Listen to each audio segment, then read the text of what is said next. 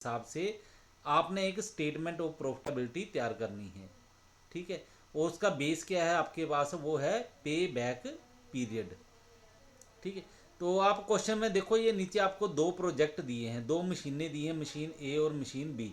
तो आपको कहा गया कि आपने ये देखना है कि कौन सी मशीन जो है ज़्यादा फायदेमंद है, लाभदायक कौन सी है, उसके लिए आपने स्टेटमेंट तैयार करनी है।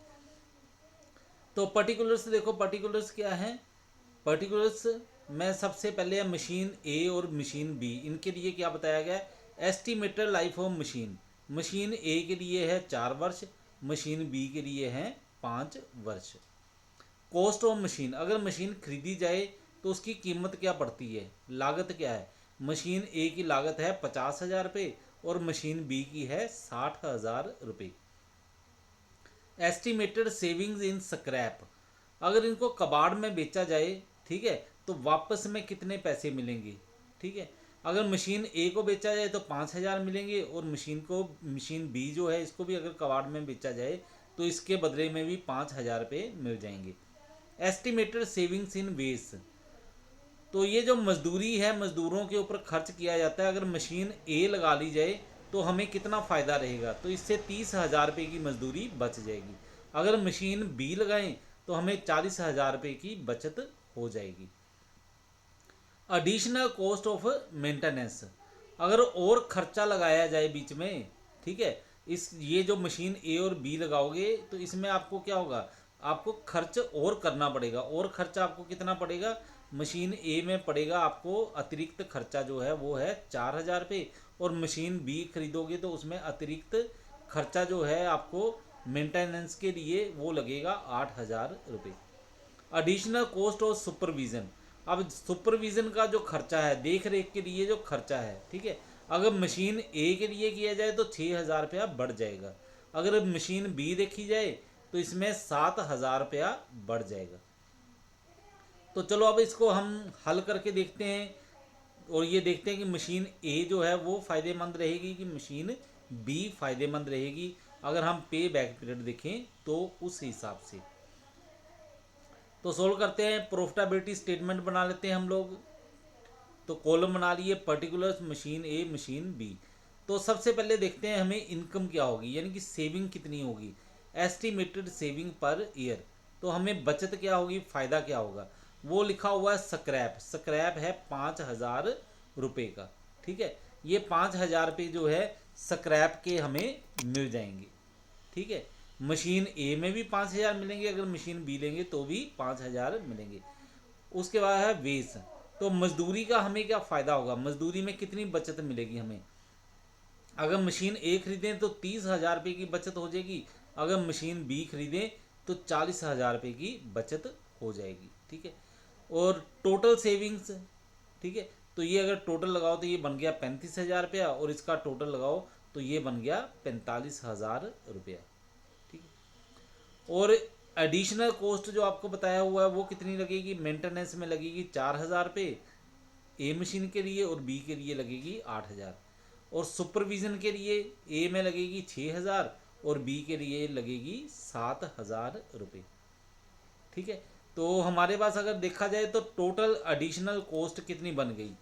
ठीक है, तो मशीन ए के लिए जो अतिरिक्त खर्चा बन गया टोटल वो है 10,000, और मशीन बी के लिए 15,000।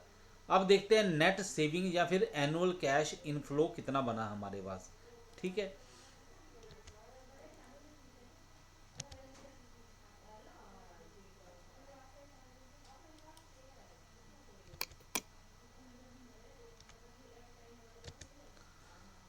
चलो नेट सेविंग या एनुअल कैश इनफ्लो देखते हैं। मशीन ए में बनता है 25,000 रुपये और मशीन बी में बनता है 30,000 रुपये का। तो ये 25,000 30,000 कैसे आया, पहले ये देखो सेविंग कितनी है, टोटल 35,000 मशीन ए में है। ठीक है, और जो खर्च है अतिरिक्त वो कितना है 10,000, तो इसका मतलब है हमें क्या 25,000 रुपया बच जाएगा मशीन ए में। अगर मशीन बी में देखा जाए तो टोटल सेविंग बनती है 45,000 रुपये, लेकिन अगर खर्च देखा जाए तो टोटल खर्च बीच में जो अतिरिक्त जो बढ़ गया है हमारा वो है 15,000 रुपया। ठीक है, तो 45,000 में से 15,000 माइनस करो, ये बन गई हमारे पास 30,000 रुपये की सेविंग। ठीक है, नेट सेविंग जो आएंगी हमारे पास। ठीक है, और इसमें देखो मशीनें में 35,000 माइनस 10,000, इसमें 25,000 रुपये की सेविंग आएंगी। ठीक है, तो हमने जो डिसीजन लेना है हमने वो सेविंग देख के नहीं लेना है, ना ही हमें ये इसकी लाइफ जो है वो देख के लेना है कि ये इसकी लाइफ 4 वर्ष है, इसकी 5 वर्ष है। हमें कहा गया है आपने डिसीजन लेना है इस बेस के ऊपर कि पे बैक पीरियड कितना है।